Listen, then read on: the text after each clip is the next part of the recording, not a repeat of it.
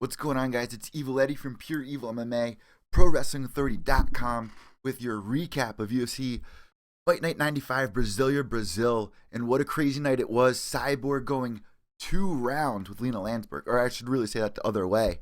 Lena Landsberg going 2 rounds with Chris Cyborg.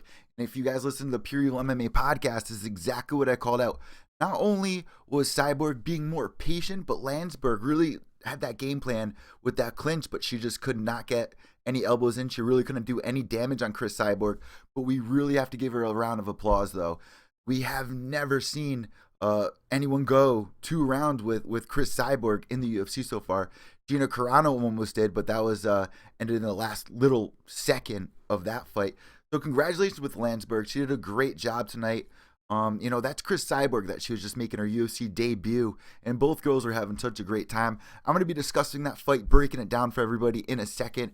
If you are a new listener, make sure you guys subscribe down below. I have announcements to make. We had some winners on the UFC Pick'em game, so congratulations to all the new winners. I'm going to be announcing your names on the Pure Evil MMA podcast on Apple iTunes, so make sure you guys subscribe to that.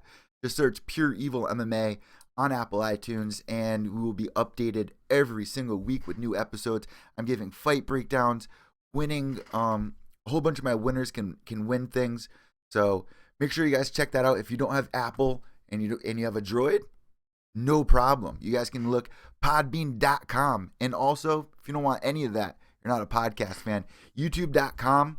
Right here on this page every Wednesday night, I go live with Ted Check and of course my weekly MMA webisodes. So let's review tonight. It was absolutely crazy. So many fights to talk about, especially starting the card off tonight on the prelims. Stephen Ray, I know he was a big favorite tonight, going against Patrick. And he went all 3 rounds. Ray didn't really get to execute his game plan here. He didn't really get to shine.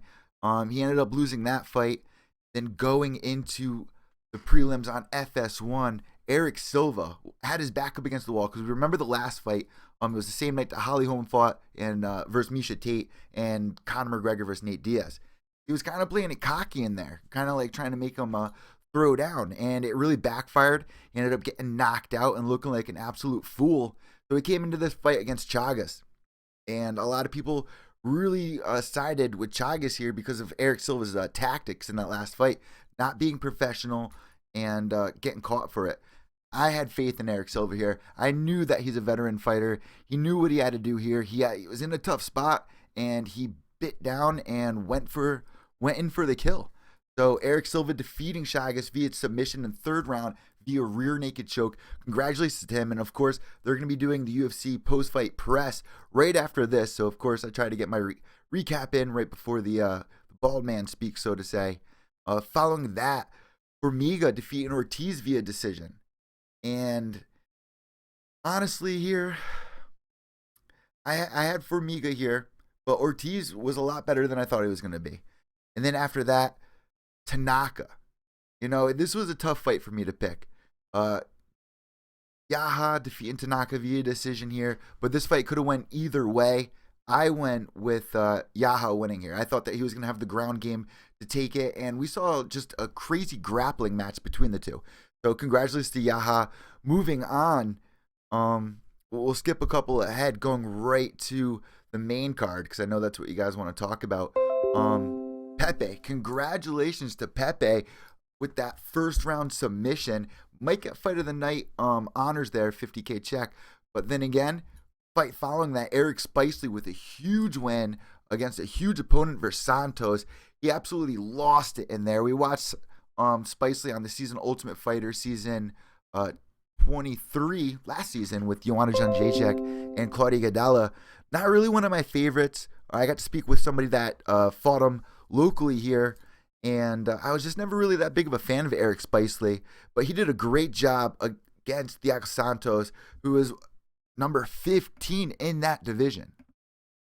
So that's a huge win for him. He had a lot of pressure. He was actually afraid that he was going to get cut tonight if he lost, and I don't blame him. A lot of people say it is harder to stay in the UFC than it is to actually to make it there.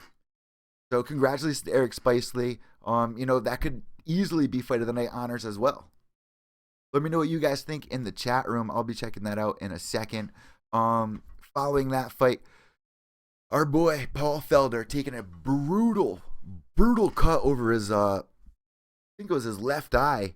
Maybe there's right, but it absolutely ripped open his entire eyebrow. That actually called the fight off. And Paul, such a warrior, he was like, let's just go. Like, I'm ready to throw down. But thank God to the ref stopping that fight, honestly. As much as I wanted to see Paul go in there. And very close fight. Let me talk about that. Going into it, right off the bat, they were both feeling each other out. Paul trying to throw some spinning stuff, but Trinaldo just getting out of the way of it. Both fighters exchanging back and forth. Felder found himself up against the cage, and they just kept rolling. And it was literally going back and forth. Some people said on Twitter that they had Trinaldo in the first, but a good majority of you guys had Felder winning that first round. Going into the second, though, Trinaldo started opening up a little more. Got Paul back on the ground and was able to open that cut right back up and immediately just started pouring down Paul's eye. The ref had to call it and stop it, so Trinaldo wins via TKO, ref stoppage, making him 7-fight win streak. And I got to speak with Paul before the fights. Any of my new listeners out there that didn't know that, you can check the interview out down below. His father in the hospital with pancreatic cancer. He was going in there and he promised us one thing, and he delivered it, guys. And I got to thank him for that. He said, I can promise you guys one thing. I'm going to go in there and I'm going to throw down with that son of a bitch. And that's exactly what you did, Paul Felder. Congratulations, man. You didn't lose any brownie points in anyone's book. That was one of the most exciting fights tonight. Tyrone Woodley even calling it out as one of the fight of the nights to watch. So, Paul, I know that you're very upset. You worked really hard to get to this point. You did a great job tonight, brother, and everyone is looking forward to your next fight. Trinaldo, with his post-fight press speech as well, always thinking about other people, never talking about himself. There is no ego there with that guy. Trinaldo saying that he's trying to open up a gym for the underprivileged. Growing up in Brazil, not really having money, he didn't start training until he was 24 years old in MMA, which when he said that, I was like, wow. And he asked, anyone out there if any donations or anything that you can do to help with this. It will be absolutely free for the kids to come learn.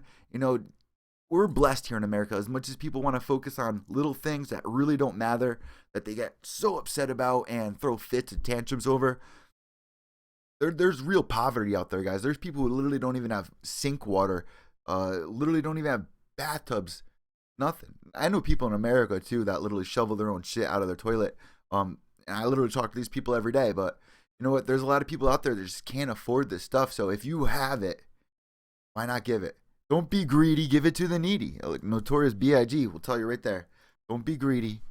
Give it to the needy. All right, moving on to that fight. Congratulations, Trinaldo. If you guys have want to share that information, I'm sure he'll be putting up that link. Roy Nelson versus Bigfoot Silva. None of you guys thought it was going to go past that first round. However, I had to stop you guys and say, you know what?